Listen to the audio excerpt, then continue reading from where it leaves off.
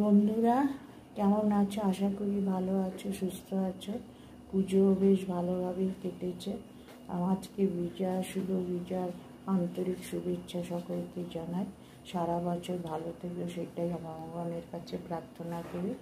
আজকে অনেকদিন নানা রকম আজে বাজে খাওয়ার পরে আজকে আমি ব্রেকফাস্টে অতি সাধারণ খাবার নিয়েছি।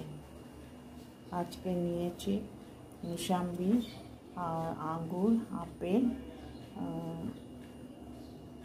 আপেল, এটা শসা,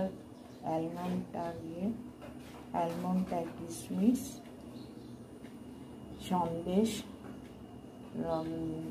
সোনপাপড়ি আর মিষ্টি। এগুলি দেখে সবাই জানতে পারবে, তবুও বলে দিচ্ছি। যদি ব্রেকফাস্টটা ভালো লাগে তাহলে লাইক, কমেন্ট, শেয়ার করে দিও। আজকে চলুন, নমস্কার।